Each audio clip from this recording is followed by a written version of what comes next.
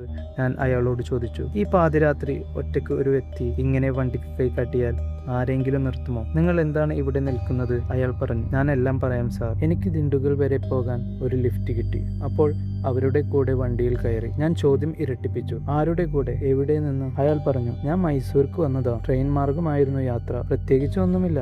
മനസ്സ് വിഷമിച്ചാൽ ഞാൻ ഒന്ന് യാത്ര ചെയ്യും. എൻ്റെ ടെൻഷൻ നിറഞ്ഞ IT ജോബിൽ നിന്ന് കുറച്ച് റിലാക്സ് കിട്ടാൻ ഞാൻ മൈസൂർ പോയതാ. അവിടുന്ന് തിരിച്ചു വരാൻ നിന്നപ്പോൾ ട്രെയിൻ മിസ്സായി. അപ്പോഴാണ് റെയിൽവേ സ്റ്റേഷൻ പാർക്കിങ്ങിൽ കുറച്ച് യുവാക്കൾ ഒരു യുവാവിനെ ഇറക്കി വിട്ട് മടങ്ങാൻ നിൽക്കുന്നത് ഞാൻ കണ്ടത്. ഞാൻ അവരുടെ അടുത്ത് ചെന്ന് എൻ്റെ ട്രെയിൻ മിസ്സായ കാര്യം അവതരിപ്പിച്ചു. അവർ ദിണ്ടുഗൽ പോകുന്നവരാണെന്ന് കേട്ടപ്പോൾ ഞാൻ മടിക്കാതെ ചോദിച്ചു, ഞാനും കൂടെ വരട്ടെ? എനിക്ക് ദിണ്ടുഗൽ വരെ ഒരു ലിഫ്റ്റ് തരാമോ എന്ന്. അവർ ഓക്കെ പറഞ്ഞു. ഞാൻ അവരുടെ കൂടെ യാത്ര പുറപ്പെട്ടു. യാത്ര തുടങ്ങി അല്പം ദൂരം പിന്നിട്ടപ്പോൾ തന്നെ അവർ തികച്ചും മദ്യത്തിനും മയക്കുമരുന്നിനും അടിമകളാണെന്ന് ഞാൻ തിരിച്ചറിഞ്ഞു. ഉപദേശം ഈ സമയത്തെയും സന്ദർഭത്തെയും വിലവെക്കില്ല എന്നറിഞ്ഞിട്ടും ഞാൻ വെറുതെ അവരോട് പറഞ്ഞു, നിങ്ങൾ ഇങ്ങനെ ചെയ്യുന്നത് കൊണ്ട് പല ദോഷങ്ങളും നിങ്ങൾക്ക് വന്നു ചേരാം. ഞാൻ അവരോട് വിവരിച്ചു കൊണ്ടിരിക്കെ പെട്ടെന്ന് എന്റെ കണ്ണുകൾ ഡ്രൈവ് ചെയ്യുന്ന യുവാവിന്റെ മുഖത്തേക്ക് പാഞ്ഞു. ഞാൻ ഞെട്ടിപ്പോയി. ലഹരിയുടെ മത്ത് ആ യുവാവിന്റെ ഇരു കണ്ണുകളുടെയും മുക്കാൽ ഭാഗവും അടപ്പിച്ചിരുന്നു. ഞാൻ മറ്റു യുവാക്കളോട് ഇക്കാര്യം ധരിപ്പിക്കുമ്പോൾ അവരുടെയെല്ലാം കണ്ണുകൾ അപ്രകാരം തന്നെ മാറ്റമില്ല എന്ന സത്യം ഞാൻ തിരിച്ചറിഞ്ഞു. ഡ്രൈവ് ചെയ്തുകൊണ്ടിരിക്കുന്ന ആ യുവാവിന്റെ തീരെ ബലം കുറഞ്ഞ വലതുകാൽ ബ്രേക്ക് പെഡലിൽ അമർത്തി വണ്ടി നിർത്തി. എന്നിട്ട് ആ യുവാവ് പാതി കണ്ണു തുറന്ന് എന്നെ നോക്കി. അയാൾ നോക്കിയപ്പോൾ